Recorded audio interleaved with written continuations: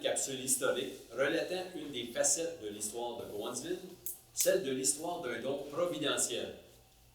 Mon nom est Michel Racicot de la Société d'histoire de Cowansville.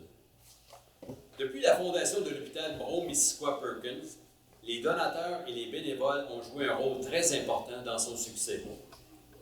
En 1910, une première campagne de souscription est lancée pour amasser les fonds nécessaires pour l'ouverture de l'hôpital. En quelques mois, on amasse 8 000 $.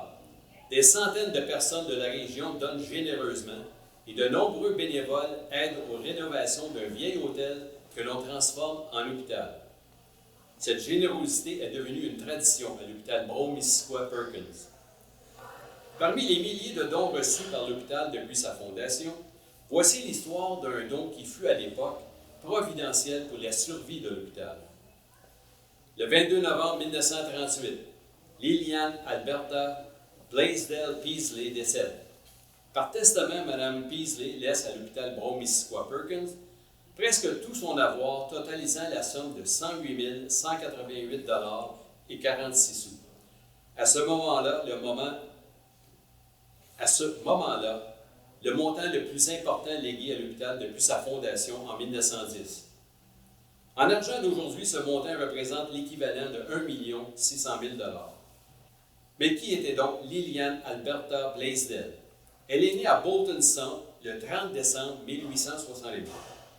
Elle passera toute sa vie dans ce petit village. Son père, John Blaisdell, avait quitté le village de Richford au Vermont en 1865 pour venir s'établir à Bolton Sound, où il ouvre un magasin général dès son arrivée. 2 ans plus tard, il devient également le maître de poste du village. Le père de Liliane décède en 1874, alors qu'elle n'a que 6 ans. Sa mère, Electa Blaisdell, continue l'exploitation du magasin général et remplace son mari en tant que maître de poste. Puis, en 1882, Electa Blaisdell épouse en secondes noces Joseph Nichols Holland.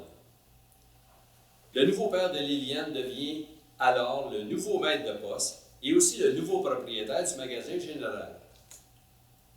Depuis quelques années déjà, Liliane aide sa mère au magasin. Elle va continuer à y travailler toute sa vie. M. Holland décède en 1910 et 2 ans plus tard, la mère de Liliane décède également. Liliane se retrouve donc seule propriétaire du magasin. Elle a maintenant 42 ans et elle est toujours célibataire. Mais la situation change dans les mois suivants alors qu'elle épouse John Henry Peasley, qui travaillait au magasin général depuis déjà 2 ans. Les nouveaux mariés vont continuer à exploiter ensemble le magasin général jusqu'au décès de M. Peasley en 1936.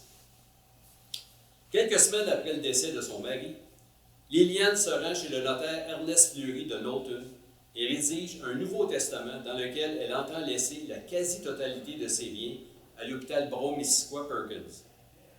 Pourquoi cette décision? Nul ne le sait et nous ne le saurons probablement jamais. Nous savons que Liliane n'a jamais eu d'enfant, donc pas d'héritier direct. Mais elle avait quand même plusieurs neveux et nièces dans la famille de son mari, les Peasley.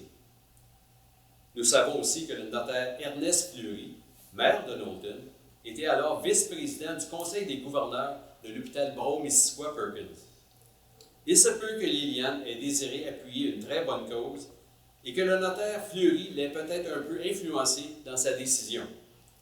Malheureusement, nous ne saurons jamais ce qui a motivé Liliane à léguer presque tout son avoir à l'hôpital. Dans son testament, Liliane Blaisdell Peasley demande que son legs soit bien investi et que les revenus de ses placements soient utilisés pour l'administration de l'hôpital.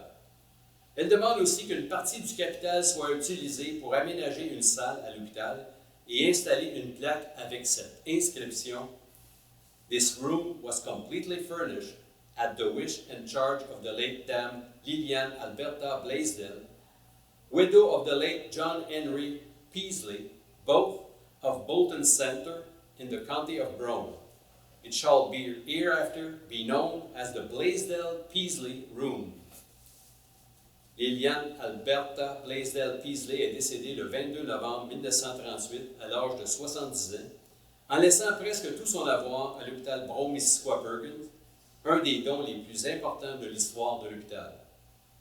Voilà, c'était l'histoire d'un don providentiel à l'hôpital Bro-Missisquoi-Perkins à Cowansville.